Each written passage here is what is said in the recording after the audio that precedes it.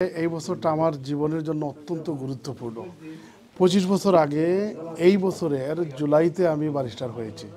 হাঁটি হাঁটি পা পা করে টোটাল 25টি বসন্ত পার করেছি আর কি।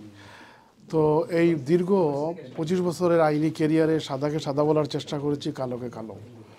এর বিনিময়ে কমিউনিটির অসংখ্য মানুষের কাছ থেকে ভালোবাসা, সম্মান এবং স্নেহ পেয়েছে। আমি তাদের কাছে কৃতজ্ঞ। অনেক জটিল এবং অনেকের সাথে আমরা কলিজিয়েট এনভায়রনমেন্টে কাজ করতাম। তো সবচেয়ে বেশি একটা কেসের কথা বলবো, তখন ভিজিটর আপিল রাইট ছিল। তো একটা মামলা একজন ব্যক্তি আসছেন আমার কাছে হিয়ারিংয়ের জন্য।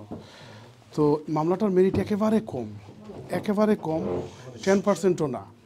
প্রথমে গেছিলেন আতাভাইয়ের কাছে, আতাভাই একটু দমক দিয়ে দিছে বিদায় করে, এই ধরনের কেস নিয়ে কোথায় যাবো আমি। যাক, আমি নিয়েছি, নিয়ে দেখলাম যে আসলে ভাই মেরিট কম। আমি বলছি যে 10% চান্স আছে, বাংলাদেশের 33 ফাইলে ফাঁস। তার মানে আপনার মামলার অবস্থা বুঝতেছেন। বলছে যে না, আপনার যতই ফিজ আসে আপনাকে দেবো, কিন্তু ওই মামলা লড়তে হবে, কারণ ওনার বাবা কোমাতে আছে। তো যদি মামলা করেছি বা হিয়ারিং হচ্ছে জানলে উনি একটু হুঁশ হয়, নাইলে উনি আর খবরই পাওয়া যায় না। যাই হোক, গেলাম, যাওয়ার পরে টেইলার হাউসে গেলাম। হিয়ারিং হলো। ডাউসন, একটু মুডি জাজ, আমার আতাবাই ভালো করে চিনবেন। প্রথমে এসে বললেন যে mister Ahmed, can you take instruction from your client, যে তার ফাদারের ইমিগ্রেশন স্ট্যাটাসটা কী। ফাদারের কোনো ইমিগ্রেশন স্ট্যাটাস নাই। এখন ছেলে আসবে তার ফাদারকে দেখতে, তাকে ভিসা দেয় নাই এবং মেনশন করছে ওইটা। তো আমি এসে পরে জাজ 10 মিনিটের জন্য অ্যাডজার্নমেন্ট করে চলে গেছে। আবার আসছে, এসে আমি বললাম যে sir, I could not take any instruction from my client, কারণ হি ইজ ইন কোমা।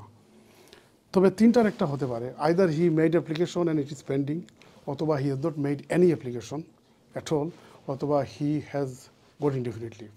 তিনটার একটা হতে পারে, বাট আমি তো কিছুই জানি না। যাই হোক, জাজ একটু আগালো।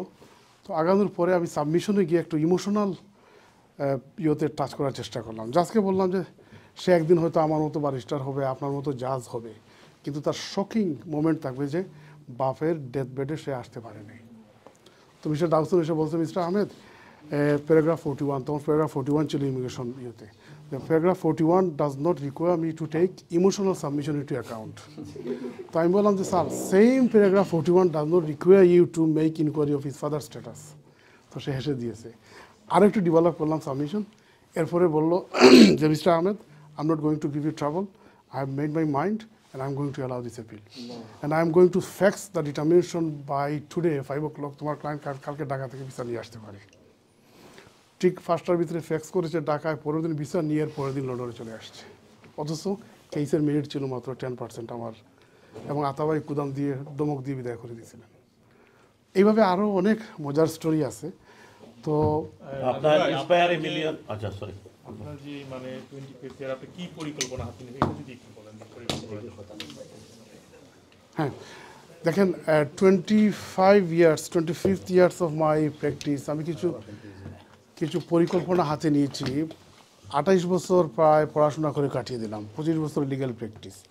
বাকি আল্লাহ পাক যতদিন হায়াত আমার দিয়ে থাকেন, তার জন্য দেশের সুবিধাবঞ্চিত মানুষের জন্য কিছু করার নিমিত্তে ইন্সপায়ার এ মিলিয়ন নামে একটা চ্যারিটি, একটা প্রজেক্ট হাতে নিয়েছি। আমি চেষ্টা করব প্রথমে প্রাথমিকভাবে 1 মিলিয়ন মানুষকে বিভিন্নভাবে সহযোগিতা করে তাদেরকে ইন্সপায়ার করা। সেটা আর্থিক সহযোগিতা হতে পারে, মেন্টরিং হতে পারে, স্বপ্ন দেখানো হতে পারে, স্কলারশিপ হতে পারে, মেন্টরিং হতে পারে, ট্যালেন্ট হান্টিং হতে পারে।